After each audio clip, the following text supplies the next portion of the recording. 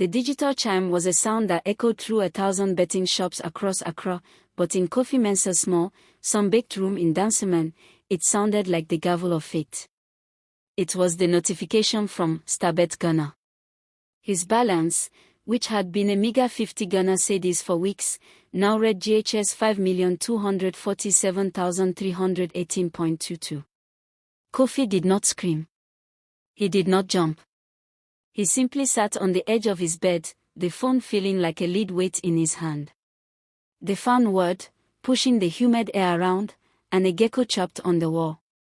The world had fundamentally shifted, yet it looked exactly the same. He stood up, walked to his desk, and closed his laptop.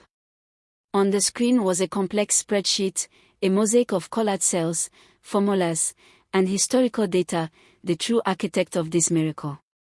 He then opened his top drawer and took out a worn, blue notebook. On the first page, written 2 years ago in a moment of desperate resolve, was a single sentence. The house always wins. Unless you stop playing their game and start playing your own. This is the story of how that sentence was written, and how it ultimately set him free. Chapter 1: The Scent of Hope and Desperation. 2 years earlier, the air in King Promise Sports Bar was thick with a potent mix of hope, stale beer, and desperation. Giant screens flickered with the green pitches of the English Premier League. Kofi was there, but not as a patron. He was a cleaner. "Hey, data man. Make sure you clean under that table well, oh. My luck is hiding there," shouted Nana Kwame, a regular whose boisterous laughter never quite reached his eyes. Nana Kwame was a classic punter. He bet on passion, on hunches, on the advice of whisper tips from insiders. He lived for the fleeting high of a winning sleep, a high that was always, inevitably, followed by a crushing low. Kofi, 25, forced a smile. Dataman was a nickname born from his habit of scribbling in a notebook during matches, noting down possession stats, shots on target, and corner kicks while his friends celebrated or mourned goals. He had a sharp, analytical mind that had earned him a place at the University of Ghana to study statistics.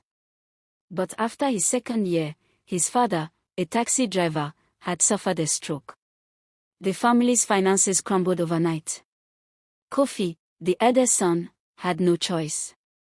He dropped out and took whatever work he could find. Cleaning the bar was humiliating, but it was a front-row seat to the brutal theater of sports betting. He saw men pawn their phones for one more bet, argue with wives over the phone about missing rent money, and collapse in despair when a 90th minute goal turned a potential fortune into worthless paper. One evening, after Manchester City scored a last-gasp winner, the bar erupted. Nana Kwame was one of the winners, his GHS 200 bet returning GHS 2000. He was a king for a night, buying drinks for everyone, slapping backs, his voice booming.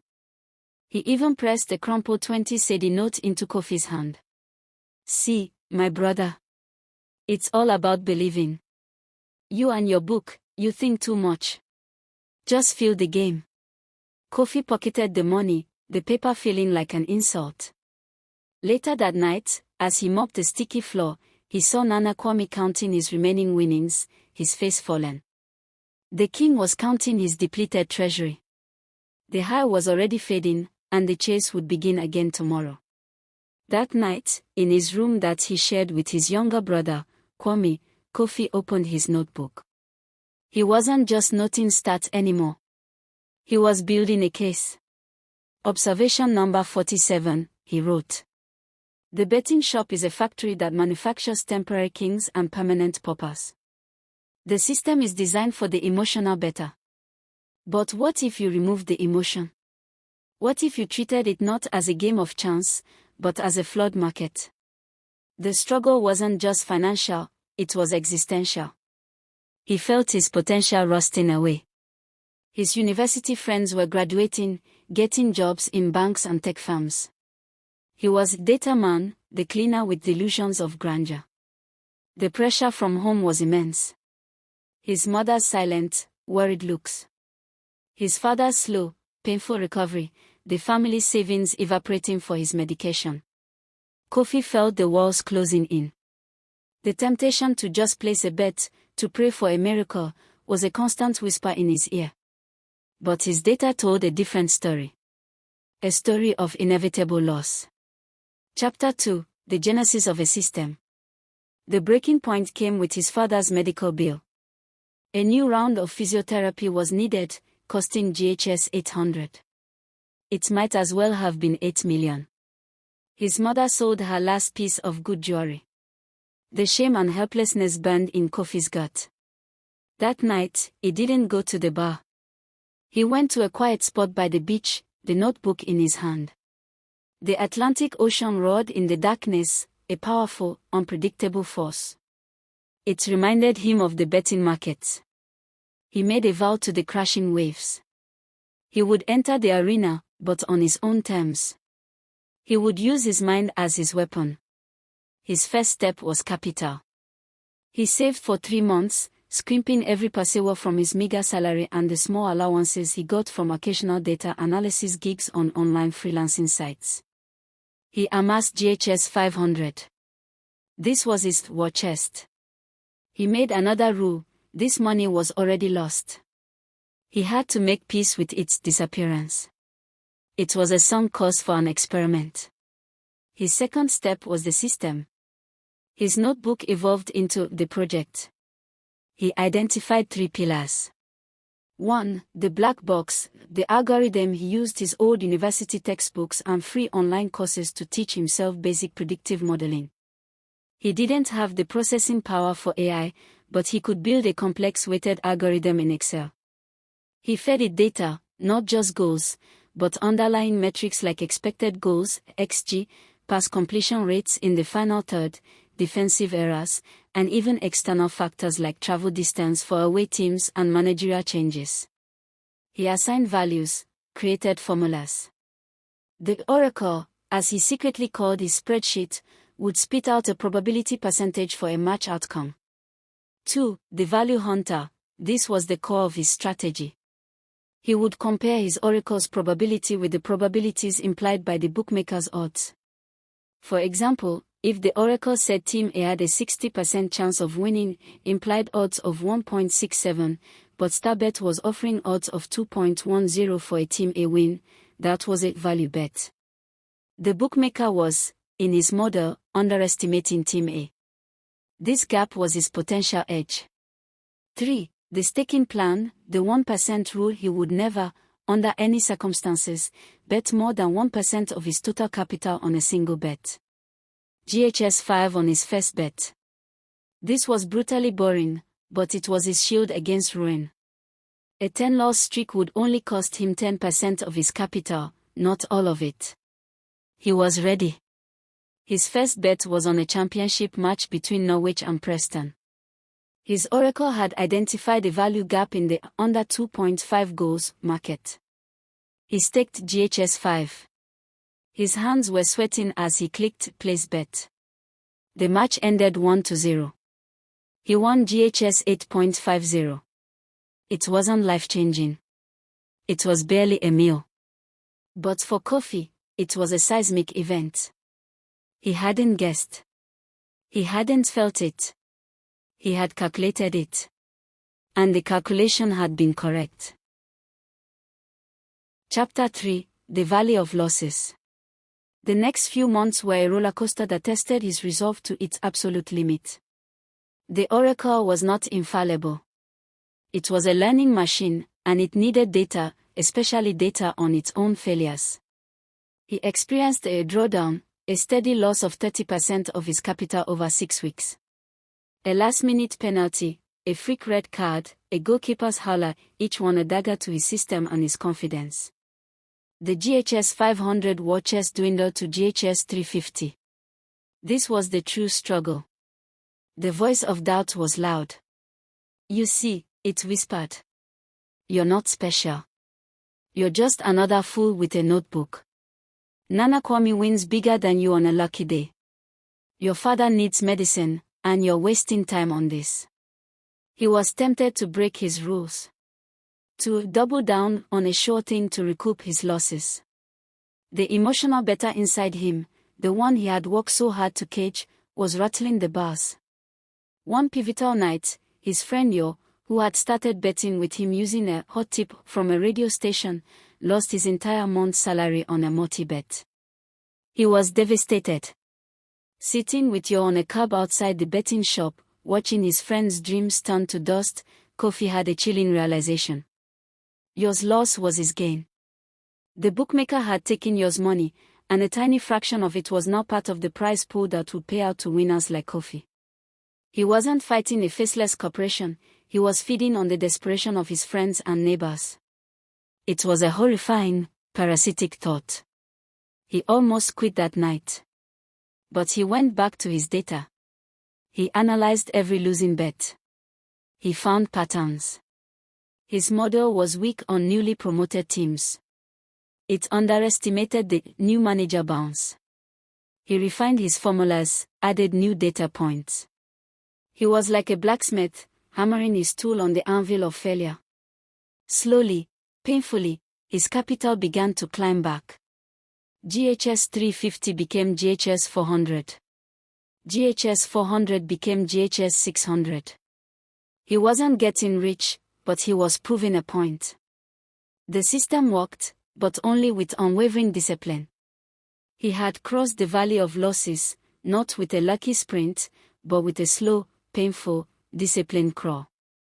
Chapter 4: The Ascent and the Tipping Point. A year into the project, his capital had grown to GHS 15,000. It was more money than he had ever held. He had moved from a 1% stake to a 0.5% stake, further de-risking his operation. He paid for his father's full physiotherapy program. The look of relief on his mother's face was a reward greater than any financial gain. He quit his job at the bar, telling a bewildered Nana Kwame that he had found a data entry job. He was now a full-time professional bettor, a ghost in the machine. His life was a cycle of research, analysis, placement, and review. He felt like a monk in a digital monastery, his faith placed in code, hard numbers. Then came the perfect storm. It was a confluence of fixtures across the English, Spanish, and German leagues. A day where, according to the Oracle, the bookmakers had gotten multiple things wrong. There were 5 matches where the value gap was the largest he had ever seen. He constructed a 5-fold accumulator.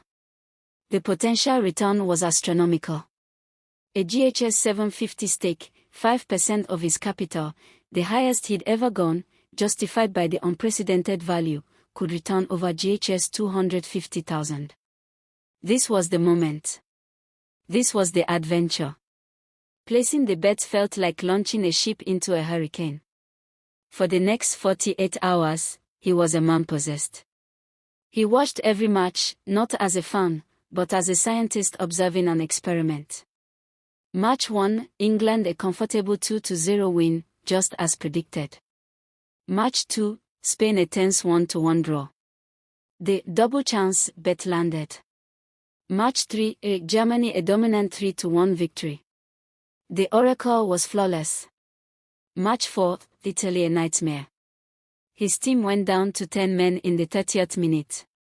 He watched, his heart a stone, as they clung on, desperately defending a 1-0 lead. The opponent launched attack after attack. In the 89th minute, a controversial penalty was awarded against them. This was it. The end. The miracle was dying. The opponent's star striker stepped up and blasted the ball over the bar. Kofi nearly collapsed from the rush of adrenaline.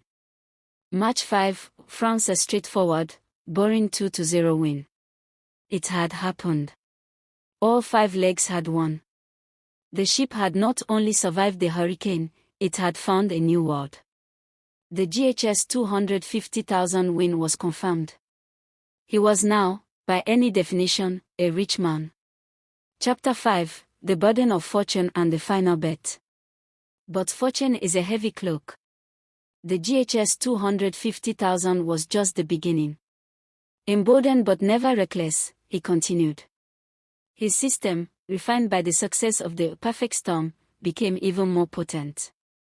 Over the next several months, His wealth snowballed. The GHS 250,000 became GHS 800,000, then GHS 2 million. He was meticulous. He paid his taxes. He laundered nothing, his entire trail digital and transparent. He hired a shrewd, no-nonsense financial advisor named Omar Sewa. "You have pulled off a statistical miracle, Mr. Mensah," she told him in her sterile office. "But miracles are not repeatable forever. The house will eventually adjust, or variance will catch up with you. What is your goal?" "My goal was never to be a gambler," Kofi replied. "It was to be free. To take care of my family." "Then it is time to stop," Omar said simply. He knew she was right. The thrill was gone, replaced by the immense pressure of managing a fortune he never dreamed of. He was living in constant, low-grade fear, of a system error, of a regulatory change, of being targeted. He made his final calculations. He identified one last, massive value bet, the one that would bring his balance to over 5 million. It was the bet that produced the life-changing chime. He didn't scream. He didn't jump. He executed his exit strategy. He transferred the entire sum, minus a small, comfortable amount, into the investment portfolios Omar had set up: real estate, treasury bills, a stake in a tech startup. He bought his parents a beautiful house in East Legon. He paid for his younger brother's education, all the way through university. He set up a small foundation to fund scholarships for bright students from his old neighborhood. He then logged into every betting account he owned and permanently closed them. Epilogue: the man who beat the game. Years later, Kofi Mensah is a myth in the betting shops of Accra. They call him the ghost, the one who beat the system and vanished. Nana Kwame still tells the exaggerated version of the data man story to anyone who will listen. Kofi, now in his early 30s, is the founder of a successful data analytics firm. He employs statisticians and programmers. He never speaks about the source of his seed capital. One afternoon, he drives past the King Promise Sports Bar. He sees the same hopeful, desperate faces lit by the glow of the screens. He sees a young man, not unlike his former self, scribbling in a notebook in the corner. For a moment, he is tempted to go in, to warn him, to guide him. But he knows it's a path each person must walk, or more wisely, avoid altogether. He knows his story is dangerous. Told wrong, it could inspire 1,000 disasters. So he drives on. He is free. Not because he won a fortune, but because he had the discipline to build one, and the wisdom to walk away from the table forever. The greatest bet he ever made wasn't on a football team, it was on himself. And that was the only bet he knew, with absolute certainty, he would always win.